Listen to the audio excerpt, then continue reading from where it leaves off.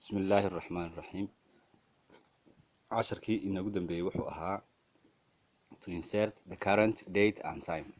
ولكن إبراهيم هو ربنا الكلفاء سنو وبرنامج كبر أما وحبره. halkii inagu dambeysay waxay ahayd sida loo soo dejiyo lagu qoro loo sameeyo current-ka date-ka iyo time-ka sida lagu daro qoraalka waayahay waxaan maanta aynu qaadan doonaa casharka ah to create a bullet and number list sida loogu sameeyo qoraalka dhibco nambaro ama list si automatic ah iyagu u imanaya si casharkaasi aynu bulletka iyo numberska aynu ugu darno maxaynu u baahannahay click where you want to insert the bullet and number list marka ugu horeysa waxaad dooranaysaa meeshii aad doonaysay inaad number ka dhigto kadib waxaad tagaysaa home marka aad tagto programmada qaar waxa ay qorayaan format marka waa the same dhinaca bidix the right side click bullet style and or a number list ayaad ka dooranaysaa bulletkuna waa dhibic numberkuna waa numberkii caadiga ahaa type your text qoraalkaaga and then press enter baad siinaysaa kadibna insert the next bulletka dambe markaad enter siiso si automatic ayuu iman doonaa si aad u joojiso to end the bullet and number list click a bullet style again bulletkii halkaad ka dooratay markii hore uma dib ugu noqonaysaa and select none waxaad dooranaysaa none balse in casharkan practicalkiisa aynu u sameyno waxaan imanaynaa waa casharadii nagu dambeeyay weeyaan insha Allah kana noqon doona kii nagu dambeeyay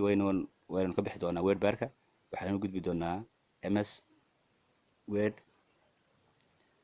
halka marka aynu nimaadno home ayaynu joognaa home markaad joogto waynu soo qaadanay casharada inta badan halkan waxaa ku yaala dhibicda yar aan hadda aan ku hayo waa bullet and numberski kliga markaan siiyo waxay soo bixi doonaa bulletku waa dhibicdaasi numberskuna waa nambaradaasi markaan qoraal aan hadda aan u sameeyo ee aan enter siiyo waxay soo bixi doonaa bulletkii labaad inta markaan siiyaan kii saddexaad ba soo bixi doonaa waa si automatic ah markaan rabo inaan joojiyo waxaan tagayaa isla meeshii baan dib ugu noqonayaa markaan dib ugu noqdo waxaan leeyahay none kadibna qoraalkaygii baan caadi u bilaabmi doonaa haddaan rabo inaan numbers aan ka dhigo oo numberku ii soo baxo on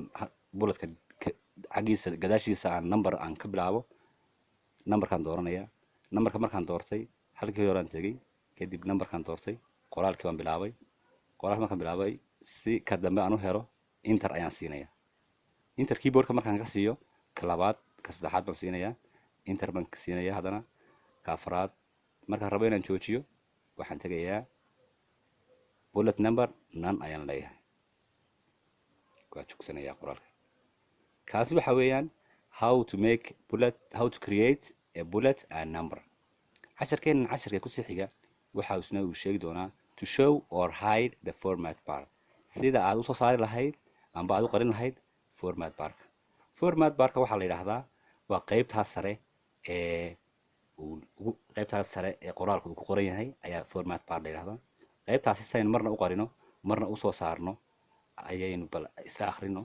ereyada inoo qoran on the home view menuga double click waxaad ka doorataa laba jeer aad riixdaa arrowga to show saad ugu tuso si aad u qarisana isla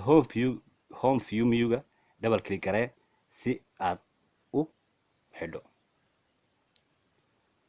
the end of the wordbar halkan waxaynu kusoo gabagabeynay wordbarka thank you aad baad mahadsantihiin waa Ibrahim si haddaba bal formatkaasi aan idin tuso formatka horta marka hore waxaan baarkan waa intan sare intaas sare si aan marna u qariyo marna u soo saaro halkan waxaa ku yaala calaamadaasi hadda waagii hore waxa la oran jiray format bar hadda waxaa loo bedelay ribbon intan sare waxaa hadda loo akhriyaa ribbon okay halkaa markaan click ku siiyo warqadaydii waxaa ka bixi doona baarkii sare oo dhan format barka ku bixi doona haddaan aan ku celiyana waa soo bixi doonaa waa simple intaasi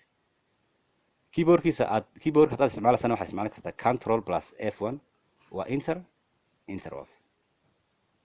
halkan insha allahu tacaala casharkaasi wuxuu noo noqon doonaa casharkii inagu dambeeyey ee wordbarka paintka ayaa isaga waxaynu qaadan doonaa casharka paintka la yidhaahdo waxaan ku qaadan doonaa ms officeka chapterka labaad ayaynu ku qaadan doonaa hadduu alle inoo idmo. waxaan ardayda leeyahay intii ay wax ku adkaadaan inta aynu hore usoo qornay ayaynu soo akhrinay dhammaantiin